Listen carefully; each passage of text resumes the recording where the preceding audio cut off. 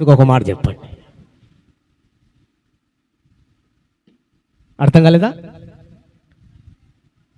సంఘం యొక్క ప్రార్థన దేవుడు ఆలకించాడు.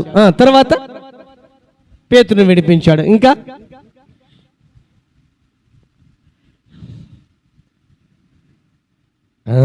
వినండి, ఏదైనా మనం ఒక సమస్యలో ఉండి లేదా ఏవైనా బంధకాలలో ఉండి ఏమైనా శ్రమల్లో ఉండి ఏమైనా కష్టాలలో కూరుకొని పోయి ఉండి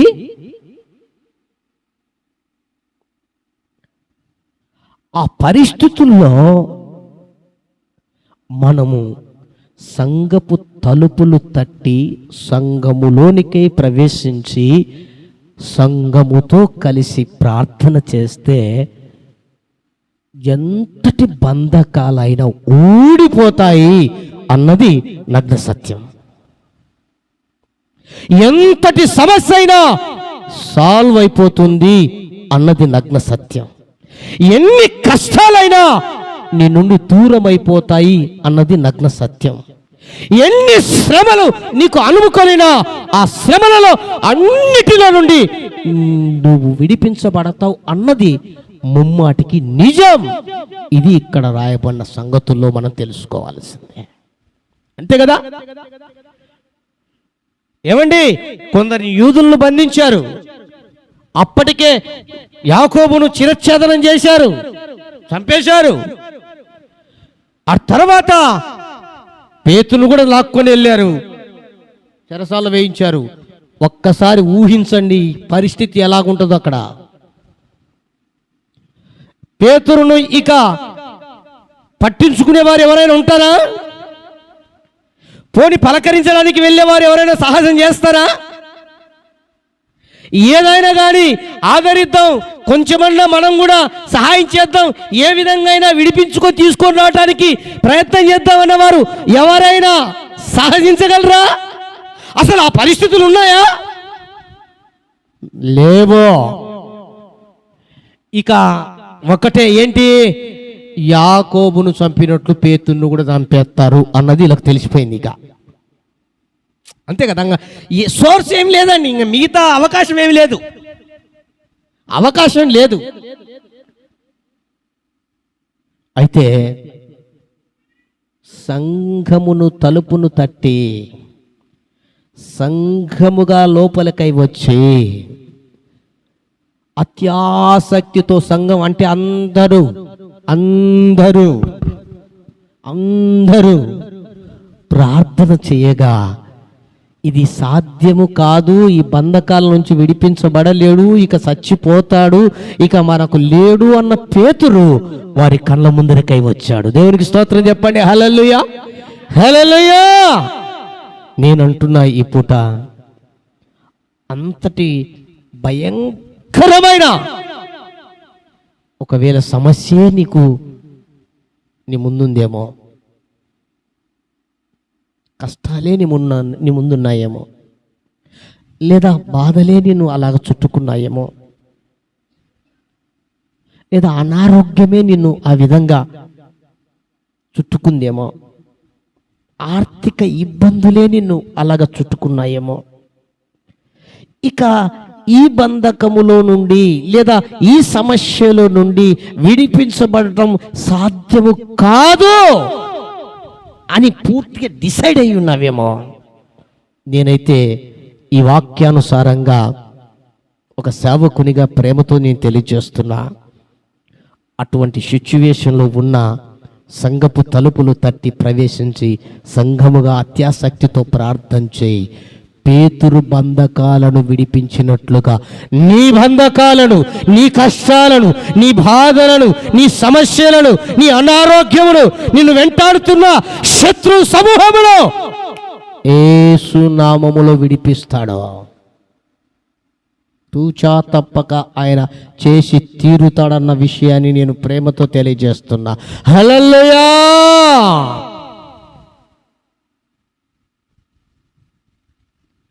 జ్ఞాపకం చేసుకుందాం. నా ప్రియ దేవుని బిడ్డ, జ్ఞాపకం చేసుకుందాం.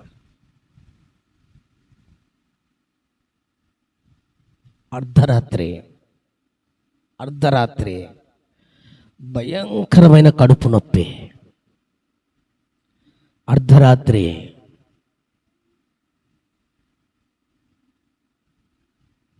ఇక సమయం అనేది కాస్త అయినా గ్యాప్ లేకుండా ఫుల్గా మోషన్స్, ఫుల్గా వామిటింగ్స్, గ్యాప్ ఏమి లేదండి.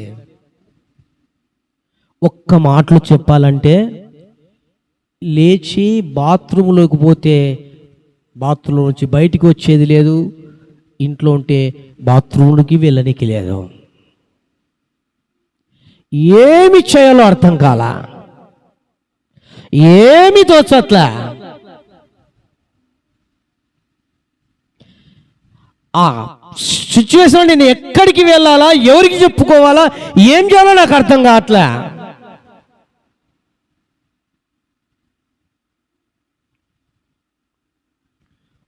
నేను మాత్రం నోట్లో నుంచి ప్రార్థన రాకపోయినా యేసు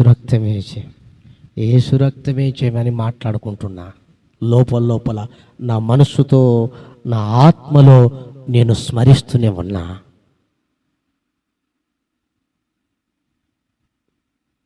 నా ప్రియ దేవుని బిడ్డలారా, వితిన్ హాఫ్ అన్ అవర్కు నాకు రిలీఫ్ వచ్చేసింది. అంతే, పూర్తిగా పోలే, రిలీఫ్ వచ్చేసింది. కొంచెమేనా అంటే అట్లీస్ట్ కూర్చోడానికైనా, లేదంటే పండుకోవడానికైనా, లేకపోతే వామిటింగ్ చేసుకునేదానికైనా, లేదంటే కనుక మోషన్ వెళ్ళి ఇలా బాత్రూమ్ వెళ్ళి అవకాశం లేదు కదా, మీద కొంచెం రిలీఫ్ వచ్చింది. ఆ రాత్రి మీరు ఏమన్నా అనుకోండి, నరకం అనుభవించిన. నరకం ఎట్లాంటి తెలియదు కానీ అంత బాధ అది వస్తే కానీ మనకు అర్థం కాదు. మామూలుగా అయితే అది అనుభవించిన వాళ్ళకి తెలుస్తుంది. అలాగ అనుభవించిన. సరే, రిలీఫ్ వచ్చింది. ఉదయానికల్లా కొంచెం బాగానే బెటర్గానే ఉంది, పూర్తిగా లేదు, కొంచెం పర్వాలేదు. వెంటనే నేను నారాయణ నాకు ఫోన్ చేసిన, హాస్పిటల్కి వెళ్దాం చూద్దామని. ఆ రాత్రి దేవుడు నన్ను కాపాడినాడు. కనీసం ఏంటి పరిస్థితి అనేది కొంచెమైనా చూపించుకుందాం, ఏంటి విషయం కలుపుకుందామని ఫోన్ చేస్తే, రాన్న వెళ్తున్నాను, పోదాంరా చూపిద్దామని అన్నాడు. పోయినా వాళ్ళు నేను అన్ని చెప్పిన వాటికి అన్నిటికీ విని వెంటనే వాళ్ళు ఏం చేశారంటే స్కాన్ రాసిచ్చారు. ఫస్ట్ స్కానింగ్ రాసిచ్చారు. స్కాన్ రాసిస్తే సర్లేని పోయి స్కాన్ చేయించుకున్నా, ఆ రిపోర్ట్ తీసుకున్నా. ఎందుకంటే నారాయణలో నాకు వెంటనే జరిగిపోయినాయి పనులు. తీసుకొచ్చి ఇచ్చా. చూస్తే వాళ్ళు అక్కడ నాకు చెప్పిన మాట ఏంటంటే, కిడ్నీలో రాళ్ళు ఉన్నాయి.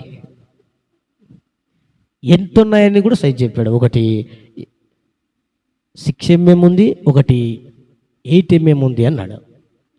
మరి ఎట్లా అండి అది సార్ అంటే ఆపరేషన్ చేయాల్సిందే అన్నాడు. ఆపరేషన్ చేసి తీయాల్సిందే, ఏం చేయనీకి లేదు అన్నాడు. అట్లనా, కొంచెం రిలీఫ్గానే ఉంది నాకు. మరి అంత రాత్రి పడి అంత బాధ ఏంటి కనుక ముందు వెంటనే చేసేయండి అని చెప్పిందినేమో. కొంచెం బాగానే ఉంది. సరే అని చెప్పేసి నాకు ఏమన్నా ట్యాబ్లెట్లు ఇవ్వండి, నేను మరలా సిద్ధపడి వచ్చి మీతో మీ దగ్గరికి వస్తాను సార్ అని చెప్పాను. అని వాళ్ళు రాసిచ్చినారు. నేను వచ్చాను. అవి వాడతా ఒక 3 రోజులు ఉపవాసం ఉండి దేవుని సన్నిధిలో, ఇదే సంఘంలో, ఇక్కడే దైవ సన్నిధిలో ప్రార్థన చేసుకున్నా. ప్రభువా,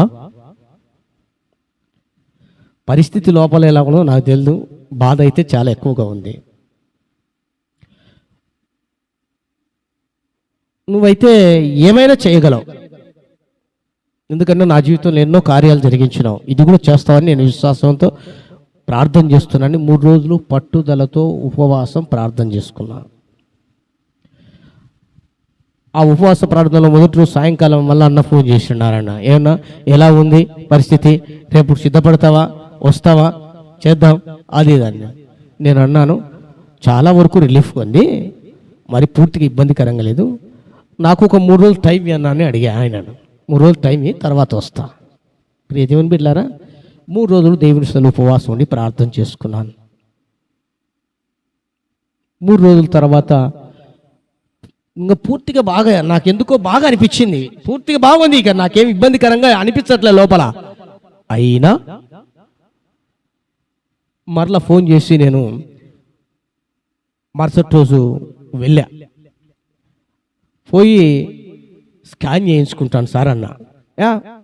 తీసుకొని 3 రోజులే 4 రోజులే మళ్ళీ స్కాన్ చేయించుకుంటాను అంటాం ఏంటి, ఆపరేషన్ సిద్ధపడి వస్తామన్నావు కదా అంటే, ఈయన తెలుసు కాబట్టి ఆయన దొరకపోయాను గుర్తుందా, మరలా అన్ననే వచ్చాడు కాబట్టి నీకేమి ఇబ్బంది ఏముందండి పాస్టర్ గారు, లేకపోతే డబ్బులు ఏం ఖర్చు కావాలి, ఆరోగ్యశ్రీ కిందకి వచ్చాం అది దాన్ని అసలు. ఓకే సరే చేద్దురు, ఒకసారి స్కాన్ చేయండి అన్న, స్కాన్ రాసేయండి అని బలవంతంగా స్కాన్ రాయించుకున్నా. స్కాన్ చేయించుకున్నా, రిపోర్ట్ తీసుకుపోయినా. సార్ చూడండి సార్ అన్న. చూడండి సార్ అంటే ఆయన చూసి ఆ ముందుది కూడా 2 ఇచ్చిన. ఏం చేసినావయ్యా అన్నాడు. ఏం చేయలేదు సార్. ఏంది కనపడలేదు కిడ్నీలో రాళ్ళు 2 అన్నాడు. దేవునికి స్తోత్రం, హల్లెలూయా. 2 కిడ్నీ రాళ్ళు కనపడలేదే అన్నాడు. అవునా సార్ అన్న. అంటనే నా మనసులో హృదయంలో ఉప్పొంగిపోతుంది, దేవునికి స్తోత్రం చెప్పుకుంటా అవునా సార్ అన్న అని, చాలా సంతోషం సార్, చాలా థ్యాంక్స్ సార్ అని చెప్పి, సర్లే ఏం లేదు, నీకైతే ఏమైనా సమస్య ఉంది అన్నాడు. లేదు సార్ అన్నాడు. ఇక్కడ కూడా లేదు, దీంట్లో కూడా. ఈరోజు వరకు ఇంతవరకు నాకు దాని ద్వారా 1 ఇంచు సమస్య లేదండి. దేవుడే సాక్షి, దేవునికి స్తోత్రం, హల్లెలూయా. ఇవి కొన్నిసార్లు చెప్పినప్పుడు కొందరికి వేరే విధంగా అనిపించవచ్చు. అనుభవించినోడికి నాకు తెలుసు కావచ్చు, దృఢంగా బలంగా సాక్ష్యమిస్తున్నాను.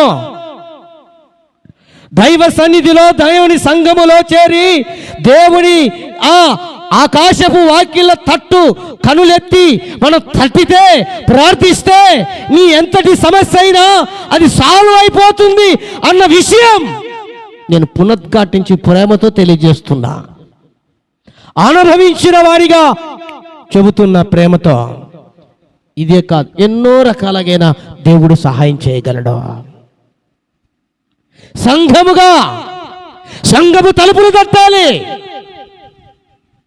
నేను ఇంట్లో ప్రార్థన చేసుకుంటే కాదు, ఇంట్లో ప్రార్థన చేసుకునేది వేరే, నేను పని దగ్గర ప్రార్థన చేసుకునేది వేరే, డ్యూటీకి వెళ్ళి చేసుకునేది వేరే, కాలేజీ స్కూల్కి వెళ్ళి అక్కడ కూడా నేను సమయం ఉంటే ప్రార్థన చేసుకుంటా, మంచిదే, అది వేరే. దేవుని సంఘములోనికై వచ్చి తలుపు తట్టాలి, హల్లెలూయా. అనగా దేవుని సంఘముతో ప్రార్థన చేస్తే అవి ఎటువంటి బంధకాలైనా, ఎటువంటి సమస్యలైనా, ఎటువంటి అనారోగ్యమైనా, ఎటువంటి కష్టాలైనా, ఎటువంటి నిందలైనా, ఎటువంటి అవమానాలైనా, ఎటువంటి పరిస్థితులైనా నా దేవుడు నీకు అనుకూలముగా మార్చేస్తాడు, హల్లెలూయా. నీకు అనుకూలముగా మార్చేస్తాడు అనడానికి ఆ రోజున పేతురు నిదర్శనం. నా జీవితంలో చేసిన సాక్ష్యం, దేవుని సన్నిధి, దేవుడే సాక్షి. నేను ఇంతవరకు ఇక మరలా దాని విషయం ట్యాబ్లెట్ తీసుకోలేదు, ఇక చూపించుకోలేదు. ఇంకా లేదన్నాడు కదా, అయిపోయింది కదా, అయిపోయింది అంతే. దేవునికి స్తోత్రం, హల్లెలూయా.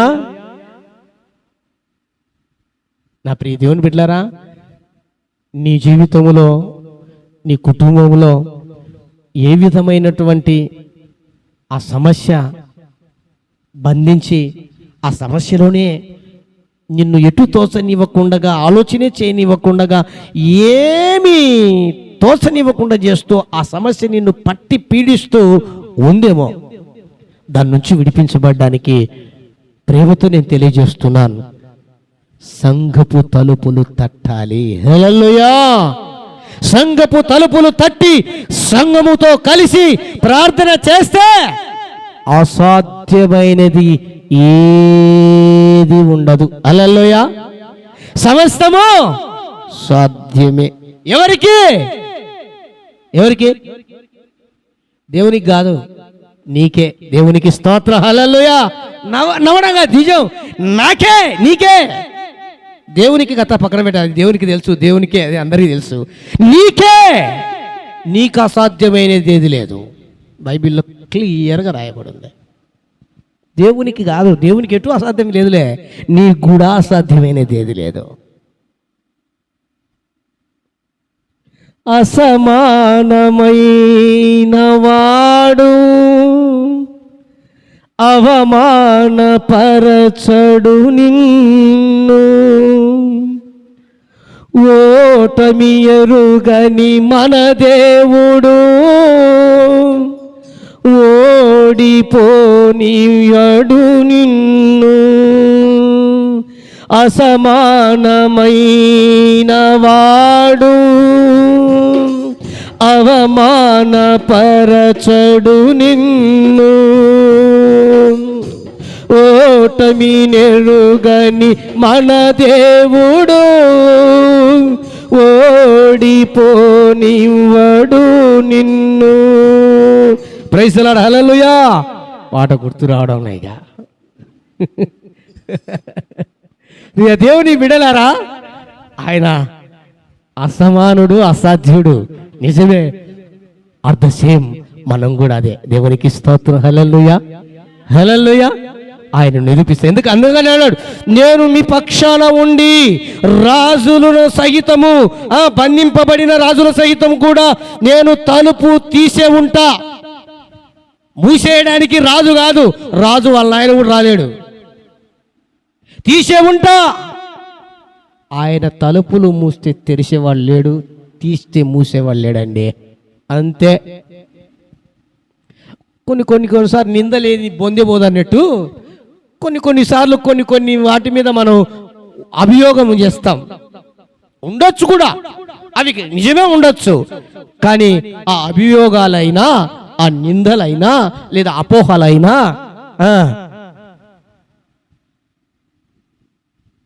కేవలం బొందల్లాగానే. దేవునికి స్తోత్రం. హల్లెలూయా, హల్లెలూయా. కనుక మన దేవుడు మంచి దేవుడు, గొప్ప దేవుడు.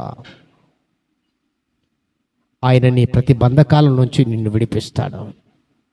పేతురును విడిపించిన దేవుడు, ఆ పేతురును విడిపించడానికి సంఘ ప్రార్థన ఆలకించిన దేవుడు. మరి నీ ప్రార్థన, నువ్వు తట్టే తలుపు దేవుడు తీసి ఆలకించి పేతురును విడిపించినట్లుగా ఆ బంధకాల్లో నుంచి నిన్ను, నీ కుటుంబాన్ని ఎందుకు విడిపించడు? ఎందుకు విడిపించడు? తూచా తప్పక విడిపించి తీడుతాడు. అయితే నీవు మానక సంఘము యొక్క తలుపులు తట్టాలి. అనగా దేవుని సన్నిధిలో, దైవ సన్నిధిలో దేవుని ప్రజలముగా మనం ప్రార్థనలు చేయాలి, ధ్యానించాలి, వాక్యాన్ని చదవాలి, పాటలు పాడాలి, స్తుతించాలి, కొనియాడాలి. ఇలాగా నిత్యము ఆయన సంఘంలో మనం ఏం చేయాలంటే ఆయన తడుతూనే ఉండాలి. హల్లెలూయా. తట్టకపోతే ఏమైంది? నువ్వు సృహలో లేవని, అంటే నువ్వు మెలకులో లేవని. తద్వారా యేసయ్య కూడా నువ్వు ఉన్నావు అన్నటువంటి ఆలోచన కాస్త విరమించుకొని, ఇదిగో పక్కన నన్ను ఎంతో తడతా ఉన్నారు, పిలుస్తూ ఉన్నారు, ఎంతగానో రోధిస్తూ ఉన్నారు, ఎంతగానో నువ్వు పిలుస్తున్నారని ఆ పక్కోల దగ్గరికి వెళ్ళిపోతాడు దేవుడు. ఈయన కథ మళ్ళీ చూద్దాంలే, ఈమె కథ మళ్ళీ చూద్దాంలే, ఈమె కుటుంబాన్ని మళ్ళీ చూద్దాం, ఈయన కుటుంబాన్ని మళ్ళీ చూద్దాంలే. అంతగా ఇదిగో నన్ను తడతా ఉన్నాడు కదా, సృహలో ఉన్నాడు కదా, నన్ను పిలుస్తూ బ్రతిమలాడుతున్నాడు కదా, ఆశ్రయించి కాళ్ళు పట్టుకుంటున్నాడు కదా అని అక్కడికి వెళ్ళిపోతాడు దేవుడు కార్యాలు జరిగించా. దాటిపోకుండా చూసుకోండి. హల్లెలూయా, హల్లెలూయా. నిన్ను దాటిపోకుండా నువ్వు కాపాడుకునే, లేదా నువ్వు తట్టే ఆ పరిస్థితి దేవుడు నీకు ఇచ్చాడు, నీ చేతుల్లో పెట్టాడు. అంతే.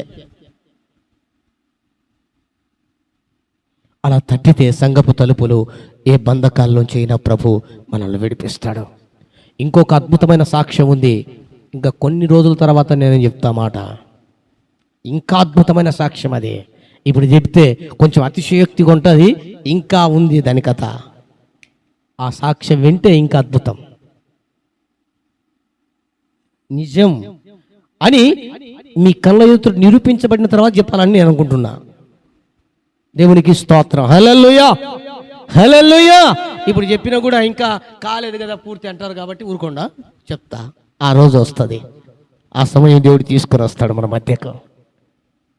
పరిశుద్ధ గ్రంథం బైబిల్ నుండి ప్రకటన గ్రంథం 21వ అధ్యాయం 25, 26, 27 3 కలిపి ఉన్నాయి, చదవండి. అక్కడ రాత్రి లేనందున దాని గుమ్మములు పగిటి వేళ ఏమాత్రము వేయబడవు. జనములు తన మహిమను ఘనతను దానిలో నుండి తీసుకొని వచ్చెదరు. గొర్రెపిల్ల యొక్క జీవగ్రంథమందు రాయబడిన వారే దానిలో ప్రవేశించురు. దేనిలో? పరలోకంలో. అది ఎక్కడ? అక్కడ నింది కదా మొదట్లోనే. ఎక్కడ? పరలోకంలో. ఎక్కడంటే పరలోకంలో. ఎక్కడ ప్రవేశిస్తారంటే పరలోకంలో. ఎట్లా ప్రవేశిస్తారనే సంగతిని జ్ఞాపకం చేస్తున్నా. ఏ విధంగా అంటే, నువ్వు పరలోకపు తలుపులు తట్టాలి. దేవునికి స్తోత్రం. హల్లెలూయా. మీరు తట్టుడి తీయబడును అన్నాడు దేవుడు. ఏం తట్టాలి? మొదటగా ఆకాశపు వాకిలి తట్టాలి. ఎందుకు తట్టాలి? విస్తారమైన దీవెనలు, ఆశీర్వాదాల కొరకు. రెండవదిగా ఏమి తట్టాలి? సంఘపు తలుపులు తట్టాలి. దేని కొరకు? భయంకరమైన నిన్ను బంధించిన బంధకాలలో నుండి నువ్వు విడిపించబడటానికి. మూడవదిగా నీవు పరలోకపు తలుపులు తట్టాలి. ఎందుకు? అందులో ప్రవేశించటానికి. హల్లెలూయా. తలుపులు తట్టకుండా లోపలికి వచ్చేవారు ఎవరైనా ఉంటారా? దొమ్మిగా ఉంటారండి? కొందరు ఉన్నారంట, బైబిల్లోనే ఉందిలేండి. కొందరు ఉన్నారంట, ఏమంట, పరలోకపు దగ్గర వాకిళ్ళ కాడికి వచ్చి దొమ్మిగా తట్టనికి పోతారంట. అంటే కొంచెం డామినేషన్గా.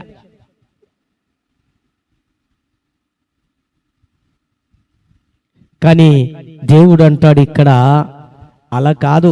ఈ మాట నేను చెప్పే ఈ భావం, లేక నేను చెప్పే మీకు ఈ భావం, పరలోకపు తలుపులు తట్టడం అన్న భావం నీకు అర్థం కావాలంటే ఆ 21వ అధ్యాయం 1వ వచనం నుంచి చదువుకుంటూ వస్తే మనకు బాగా అర్థమవుతుంది. ఇప్పుడు కదా పేతురు ఏ విధంగా అయితే బంధకాలు విడిపించబడ్డాడన్న సంగతి 12వ వచనంలో మొదటి నుంచి చదువుకుంటూ వచ్చినట్లు, ఇది కూడా అలా చదువుతూ వస్తే పరలోకపు తలుపులు తట్టిన విషయాలు తెలుస్తాయి అక్కడ. అయితే మెయిన్గా చెప్పేది ఏంటంటే, పరలోకపు తలుపులు మనం తట్టాలి. పరలోకపు తలుపులు ఎందుకు తట్టాలి అంటే, తద్వారా పరలోకములో ప్రవేశించటానికి.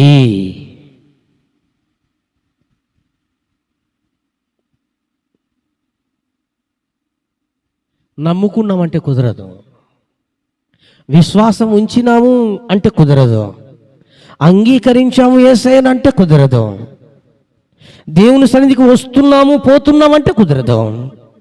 మరేం చేయాలి? తట్టాలి, తలుపులు తట్టాలి. ఏ తలుపులు తట్టాలి? ఆకాశపు వాకిళ్ళు తలుపులు తట్టాలి. ఏ తలుపులు తట్టాలి? సంఘపు తలుపులు తట్టాలి. ఏ తలుపులు తట్టాలి? పరలోకపు తలుపులు తట్టాలి. ఎందుకు తట్టాలి? ప్రవేశించే దానికోసం. ఎక్కడ? పరలోకములోనికై.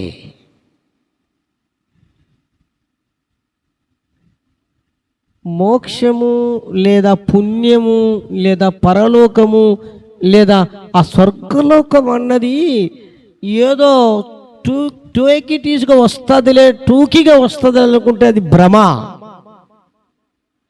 ఏదో కొన్ని కార్యాలు జరిగిస్తే ఇక మనం వెళ్ళిపోవచ్చులే అనుకున్నది మన యొక్క భ్రమ.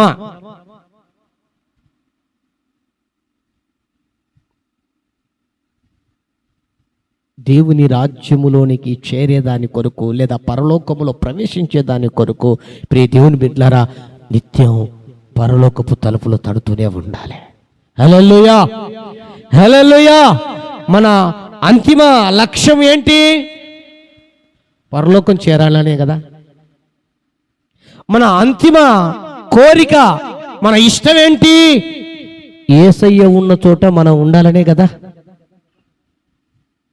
ఇంకా వేరే దానికి కూడా ఏమన్నా వచ్చామా? మనం ఉన్న కూడా మిగతావి మన అంతిమ లక్ష్యం మాత్రం పరలోకంలో చేరాలి. ఆ పరలోకంలో చేరాలంటే పరలోకపు తలుపులు తట్టాలి. హల్లెలూయా.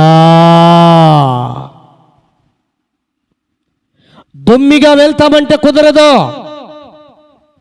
రికమెండేషన్తో వెళ్ళొచ్చు అంటే కుదరదు, సయగ్గా వెళ్ళొచ్చు అనుకుంటే కుదరదు.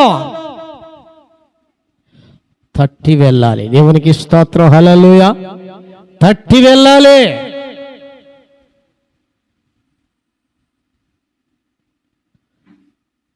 నా ప్రియ దేవుని బిడ్డలారా, ఈ రోజున దేవుడు మనతో మాట్లాడుతున్నాడు. అలా తట్టి వెళ్ళగలిగిన వారంగా మనం ఉండగలిగితే మనము కూడా పరలోకమనే, మోక్షమనే, స్వర్గలోకమనే దేవుని రాజ్యములోనికి ప్రవేశిస్తాము. హల్లెలూయా. అందులోనికి ప్రవేశించి మనము కూడా యుగ యుగాలు యేసుతో కూడా సంతోషంగా దేవుని నామమును స్మరిస్తాం. హల్లెలూయా. లేదంటే విడవబడతాం. పరలోకపు తలుపులు తట్టాలి, తట్టాలి, తట్టాలి.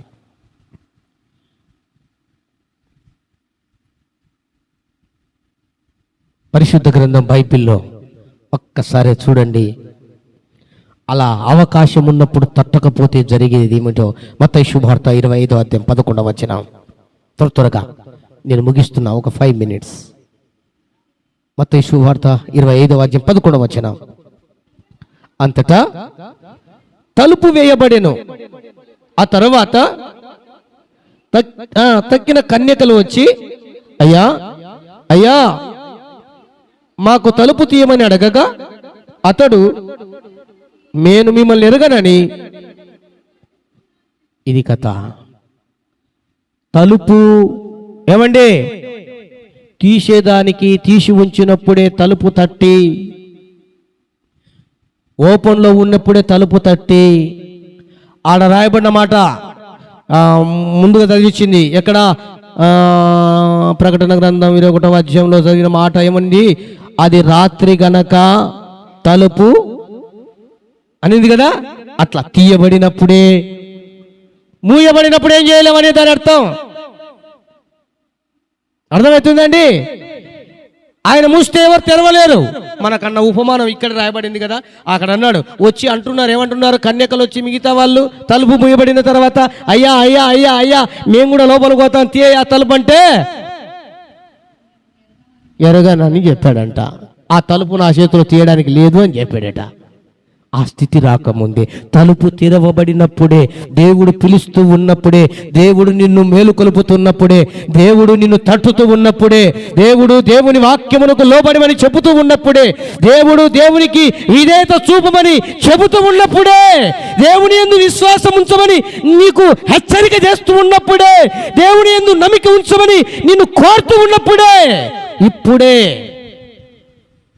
ఆయన తలుపు తెరిచినప్పుడే నువ్వు గినక ఒప్పుకొని ప్రవేశించటానికి ఇష్టపడితే దేవుడు అద్భుతమైన రీతిలో మనల్ని ఆశీర్వదిస్తాడు, దీవిస్తాడు.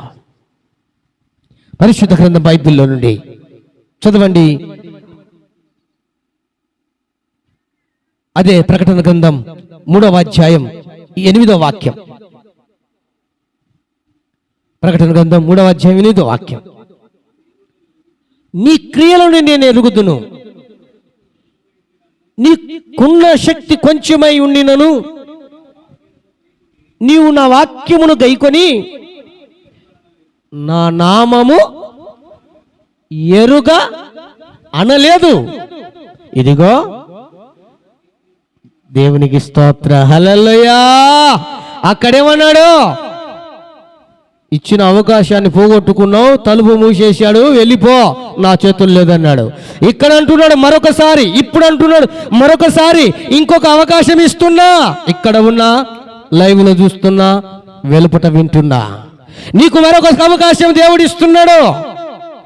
నీ హృదయం అనే తలుపు వద్ద తడుతున్నాడు. ఆయన స్వరాన్ని వినిపిస్తున్నాడు. ఆయన వాక్యాన్ని నీకు తెలియజేస్తున్నాడు. తలుపు తెరిచి ఉన్నాడు. నువ్వు నిజముగా ఎరిగి ఉన్నావంటే ఆయన తలుపు తెరిచి ఉంటాడు, ఇక మూసేవాడు ఉండడు. దేవునికి స్తోత్రం చెప్పండి, హల్లెలూయా, హల్లెలూయా. ఇక మూయలేడు వాడు. అక్కడ తీయలేడు, ఇక్కడ మూయలేడు. మరి మూయలేనిది, తెరవలేని దగ్గరికి వెళ్ళి తీ అని బతిమలాడుతున్నావా? తెరిచి ఉన్నా కూడా లోపలికి రాలేకున్నావా? ఒక్కసారి యోచించు. జాగ్రత్త, ప్రభునందు ప్రియ దేవుని బిడ్డ. ప్రభు మనల్ని ప్రేమించి మాట్లాడుతున్నాడు. నేను చెప్తున్న మాటలు ఇక్కడ భూమి మీద మనకు ఆశీర్వాదమే.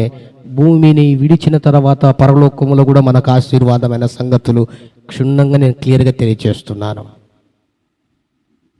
భూమి మీద సంబంధం లేదు, పరలోకానికి వెళ్ళిపోతానని చెప్పను. భూమి మీద కూడా ఆశీర్వదించబడతాం. అట్ ద సేమ్ టైం పరలోకములో కూడా మనం హుందాగానే ఉంటాం. చివరిగా అదే ప్రకటన గ్రంథం 4:1 ఇన్ని సంగతులు చెప్పిన కదా, ఈ సంగతులు జరిగిన తర్వాత నిన్ను చూడగా ఇదిగో పరలోకమందు, అమ్మో గజాలక్క, అమ్మాయా, ఇన్ని సంగతులు చెప్పినాక మీరు విన్నారు. ఇదిగో నిన్ను చూశాను, నిన్ను చూడగా నేనే నా ఆకాశపు వాకిల్లో అనే ఆ పరలోకపు తలుపు తీసి ఉంచాను. రా, కమాన్. దేవుడు పిలుస్తున్నాడు, రా, పరలోకపు తలుపు తెరిచా, రా, పిలుస్తున్నాడు. మనం చూశాడంటండి. ఇక్కడ ఉన్నా, వెలపట ఉన్నా, దేవుడు లైవ్ లో చూస్తున్నా, నిన్ను చూశాడంటండి, మనల్ని చూశాడంటండి, మన పరిస్థితులంతా విన్నాడంటండి. విని ఆయన అంటున్నాడు, ఇదిగో పరలోకపు ఆ తలుపులు నేను తీసే ఉంచాను, ప్రవేశించండి, ప్రవేశించండి, ప్రవేశించండి. ప్రవేశిద్దామా? ప్రవేశిద్దామా? మోకరించండి, ప్రార్థన చేసుకొని అందులో ప్రవేశిద్దాం. ఇక మరల బయటికి రాకూడదు. దేవునికి స్తోత్రం. మోకరించండి, ప్రార్థన చేసుకుందాం. మోకరించండి, ప్రార్థన చేసుకుందాం.